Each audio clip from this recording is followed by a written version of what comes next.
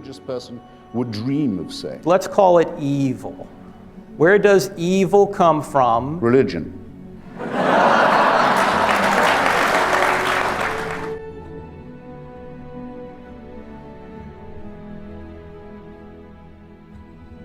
That it is those who feel that the divine is prompting them, who feel they're permitted anything and everything. And it is those who are the leading, most salient, most violent, most vicious opponents of the values and civilization that Thomas Jefferson stood for and promulgated.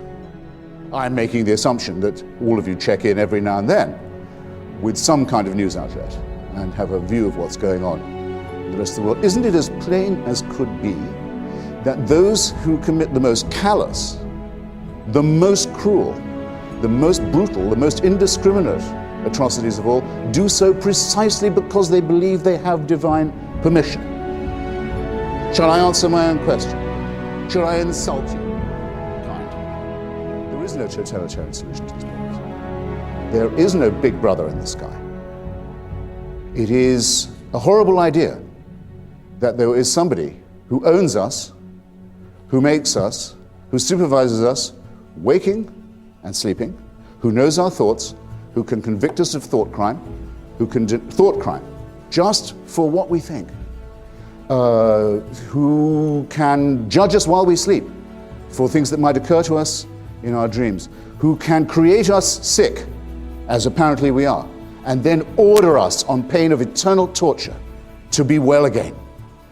To demand this, to wish this to be true, is to wish to live as an abject slave. It is a wonderful thing. It is a wonderful thing, in my submission, that we now have enough information, enough intelligence, and I hope enough intellectual and moral courage to say that this ghastly proposition is founded on a lie, and to celebrate that fact. And I invite you to join me in doing so. Thank you. We go to heat death. Does that mean that the universe was not created and not designed?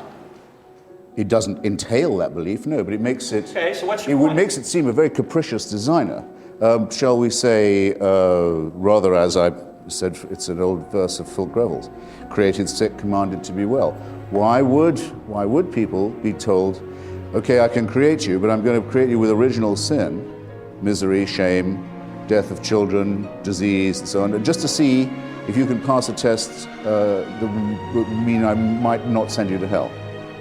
I don't say that that didn't happen. I say that I'm very glad that the evidence for it is very scanty.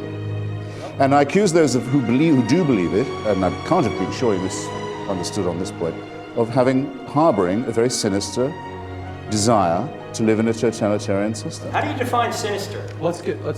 Hitchens. The desire to be a slave. Masochism.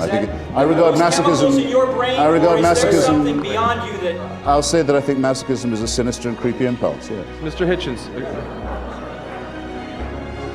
One can decide for itself, for heaven's sake, without any supernatural intervention. And to answer your next question, morality comes from humanism and is stolen by religion for its own purpose. Humanism according to who? Hitler, Mussolini, Stalin, who?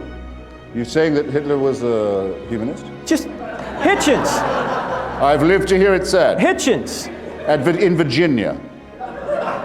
Hitler was a Catholic. Hitler was a Catholic, so was Mussolini. Give me a...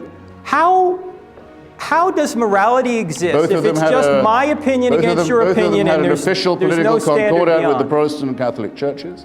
Both of them wanted the worship of themselves as well as of God. So I suppose no evil comes from atheism. And their third main ally, Hirohito, the Emperor of Japan, not content just to be theocratic, was himself a god.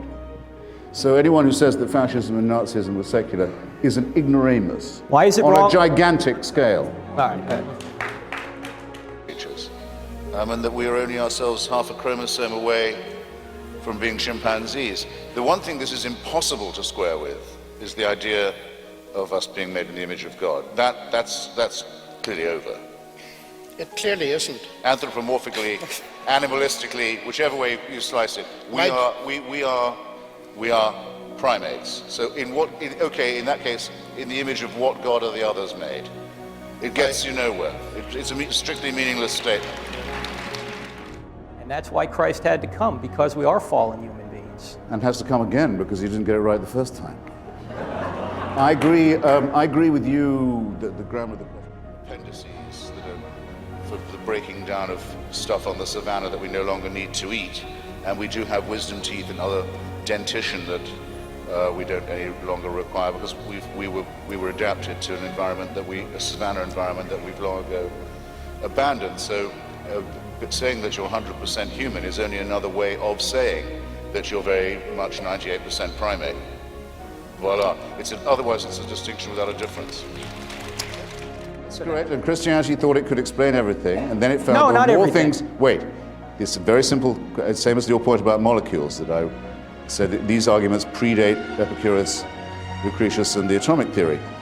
Christianity used to say it can explain everything. All you need to know is there's an all-powerful, all-loving, all-intervening, all-knowing, omniscient God. Okay, well then wait, wouldn't DNA explain more? Well that only shows that God's even cleverer than we thought. So it's an infinitely expanding tautology. There are some Christians who accept, in fact it was actually a Catholic physicist at the University of Louvain in Belgium who first came up with the idea of what we now call the Big Bang. And most popes, not all, but most popes have accepted it. Some have thought of it as a challenge to Christianity. Self-revealing ingenuity, that we don't need the hypothesis of God. Both of these positions would be, in my opinion, somewhat reductionist, though I would have to say that I think the second one is more persuasive. Using evidence to try and point out that the universe exploded into being out of nothing. And you have scientific evidence for the view that an intervention will occur to prevent the implosion. And No, forget that. Let's start at the beginning. I can't forget it. Let's start at the beginning. That's for debate too. It's the only thing you've said all evening that I'm going to remember.